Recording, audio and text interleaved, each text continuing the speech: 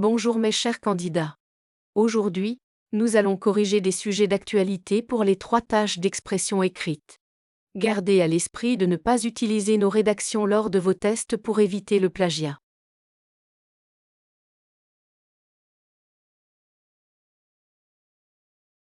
Pour cette tâche, vous allez rédiger un message. Votre objectif est de décrire, narrer ou expliquer un sujet. Le message sera adressé à un ou plusieurs destinataires spécifiés.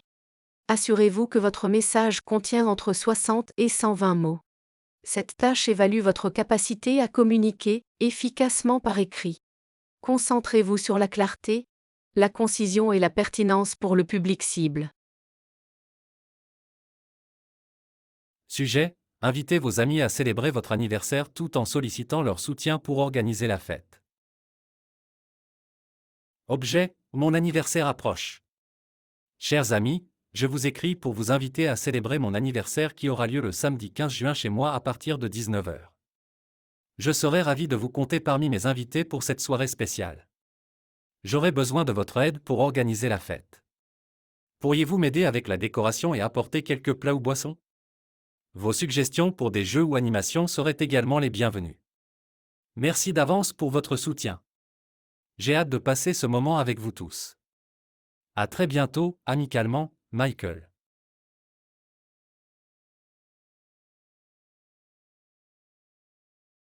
La tâche 2 consiste à rédiger un article, une lettre, une note, etc. destiné à plusieurs destinataires pour rendre compte d'une expérience ou d'un récit.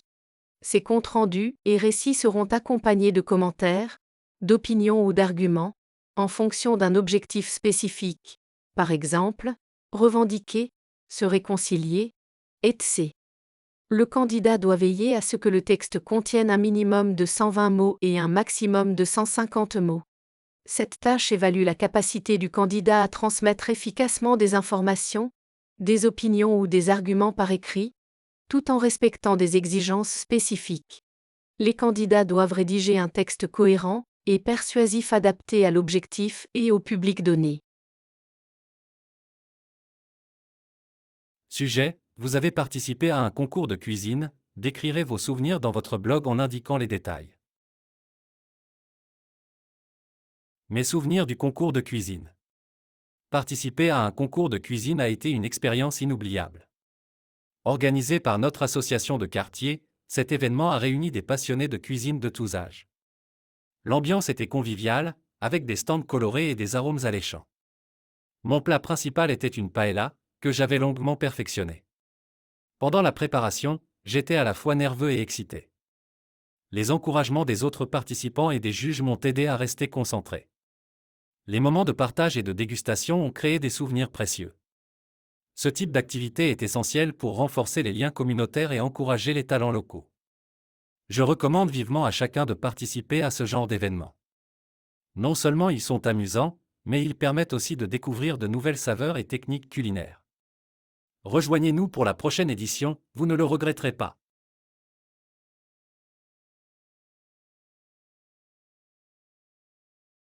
La tâche 3 implique d'écrire un texte qui compare 2 points de vue sur un problème de société, tel que présenté dans 2 documents courts et simples d'environ 90 mots chacun. Ensuite, le candidat doit prendre position sur le thème abordé dans les 2 documents. Le nombre de mots attendus est d'un minimum de 120 mots et d'un maximum de 180 mots. On fournit 2 documents présentant 2 opinions sur une réalité spécifique. Puis on demande au candidat d'écrire un court article. Cet article devrait comporter une première partie de 40 à 60 mots, résumant les points de vue présentés dans les 2 documents. Il devrait également inclure une deuxième partie de 80 à 120 mots, exprimant le propre point de vue du candidat sur le sujet discuté dans les 2 documents. Cette tâche évalue la capacité du candidat à analyser et à synthétiser des informations provenant de plusieurs sources, ainsi que sa capacité à formuler et à exprimer efficacement son propre point de vue par écrit. Le travail des étudiants pendant les vacances, pour ou contre? Document 1, opinion 1, Alexandre, un conseiller d'orientation, je suis fermement pour le travail des jeunes pendant les vacances. C'est une excellente occasion d'acquérir des compétences pratiques, d'apprendre à travailler en équipe et de découvrir différentes industries. Les jeunes peuvent gagner de l'argent qu'ils peuvent économiser pour l'avenir ou utiliser pour financer des activités ou des loisirs. De plus, le fait d'avoir une expérience de travail sur leur CV peut leur donner un avantage lorsqu'ils postulent pour des emplois ou des stages à l'avenir. Les vacances d'été sont longues et il y a amplement de temps pour se reposer et travailler. Document 2, opinion 2, Élise, une psychologue pour adolescents. Je suis contre l'idée que les jeunes doivent travailler pendant leurs vacances. Les adolescents sont déjà sous une énorme pression pendant l'année scolaire avec les études, les examens et les activités parascolaires. Les vacances doivent être une période pour eux de se détendre, de se décompresser et de poursuivre des intérêts personnels. Les forcer à travailler pourrait contribuer au stress et à l'épuisement. Il est également important pour les jeunes de disposer de temps non structurés pour explorer leur créativité, passer du temps avec leurs amis et leur famille, et tout simplement être des enfants. Le travail peut attendre. Le travail des étudiants pendant les vacances, pour ou contre ? Le débat sur le travail des étudiants pendant les vacances suscite des opinions divergentes. Le document 1 met en avant les bénéfices de cette pratique, tels que l'acquisition de compétences et l'enrichissement du CV. En revanche, le document 2 défend l'idée que les vacances devraient être une période de détente pour les adolescents. Devant ces deux perspectives, il est crucial de prendre position en tenant compte des besoins et des aspirations de chaque jeune. Si l'acquisition d'expérience professionnelle et l'indépendance financière sont des priorités, le travail pendant les vacances peut être bénéfique. Cependant, il ne faut pas sous-estimer l'importance du repos et du temps libre pour la santé mentale et le développement personnel des adolescents.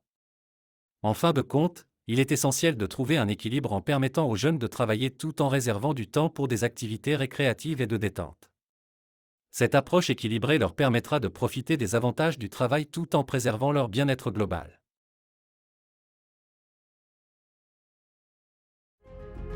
Rejoignez notre chaîne dès maintenant pour bénéficier de corrections gratuites et devenir un véritable champion du TCF Canada. Abonnez-vous dès maintenant pour ne rien manquer. Et pour suivre les actualités des autres compétences du TCF Canada, visitez notre plateforme officielle sur www.reussir-tcfcanada.com.